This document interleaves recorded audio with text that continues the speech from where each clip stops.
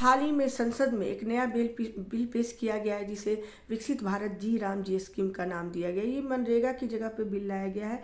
कहने का अर्थ ये है कि मनरेगा को अब जल्दी ही समाप्त किया जाएगा, उसके जगह पे ये बिल लाया गया है। अब जानने की कोशिश करती इस बिल लाने की इसकी ज़रूरत क्या थी, नए स्कीम की ज़रूरत क्या थी, क्योंकि सबको पता है कि मनरेगा वर्ल्ड का लार्जेस्ट गारंटी स्कीम है, रोजगार गारंटी स्कीम है।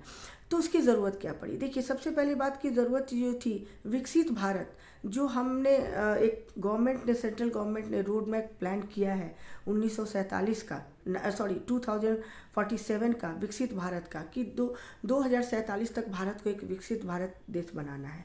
अब उसके अकॉर्डिंग जितनी चीज़ें हो रही हैं, जितने डेवलपमेंटल कार्य हो रहे हैं, जितने रोड मैप प्लान किए गए हैं, उसमें से एक सबसे बड़ा जो रोड मैप है वो है ग्रामीण रूरल डेवलपमेंट से।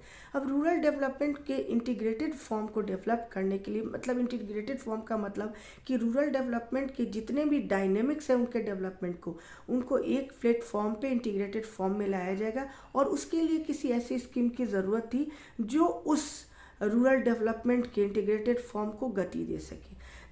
विकसित भारत जी राम जी स्कीम जो है वो इसी के अनुरूप तैयार की गई है। अब इसमें जानने की कोशिश करते हैं कि और क्या कमियां थी पहले मनरेगा में सबसे बड़ी कमी ये थी कि मनरेगा जब शुरू किया गया तो सबसे बड़ा लक्ष्य था कि लोगों को रोजगार देना, ठीक है, एम्प्लॉयमेंट जनरेशन सबसे बड़ा वो रीज़न था, ये ओरिएंटेशन इसका सिर्फ था एम्प्लॉयमेंट। लेकिन कमी ये रह गई कि उसके लिए लोगों को, जिन लोगों को रोज़गार दिया जा रहा है, क्या उन लोगों के लिए सही कोई ऐसा प्लेटफॉर्म या एक्टिविटीज़ का कोई ऐसा कॉम्प्रिहेंसिव क्षेत्र है जहां उनको सही में रोज़गार देने की ज़रूरत है।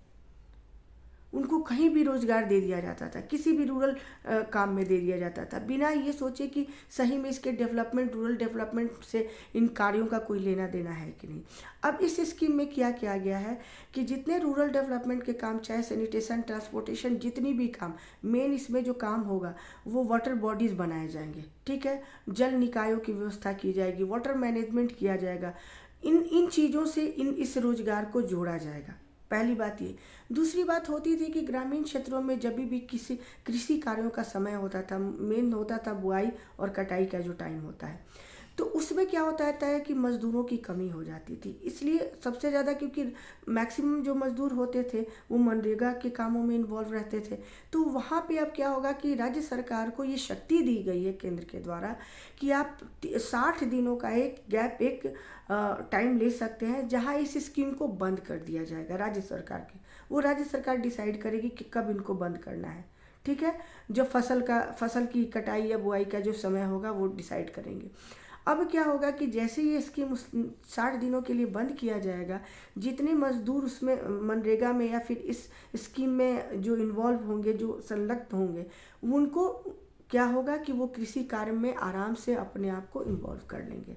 और वो कृषि कार्य एक्टिविटीज़ में जैसे इन्वॉल्व होंगे, कृषि कार्य में जितने भी रोजगार लोगों की कमी होती थी, श्रम शक्ति की कमी होती थी, उस कमी को दूर किया जा सकेगा और जो हमारी कृषि की आर्थिक व्यवस्था है उसको मजबूत किया जा सकेगा। तीसरी सबसे बड़ी बात है कि ये मनरेगा जहाँ 100 दिनों का जो रोज़गार गारंटी स्कीम था, ये 125 दिनों का किया गया, तो रोज़गार के दिनों की 25 दिनों की वृद्धि भी हो गई। तो इसलिए कहा जा सकता है कि सबसे बड़ी इसका योगदान जो होने वाला है, जो समझ में आ रहा है अभी, कि जितने रूरल डेवलपमेंट के इंटीग्रेटेड फॉर्म में काम होंगे, जितनी भी चीज़ें रूरल डेवलपमेंट के हम जितने डायनेमिक्स देखते हैं, उन कार्यों को इस स्कीम से जोड़ा जाएगा। तो माना जा सकता है कि एक अच्छी स्कीम है, काफ़ी ये इनोवेटिव इसको भी माना जा सकता है और काफ़ी फ्यूचरिस्टिक भी माना जा सकता है। Thank you.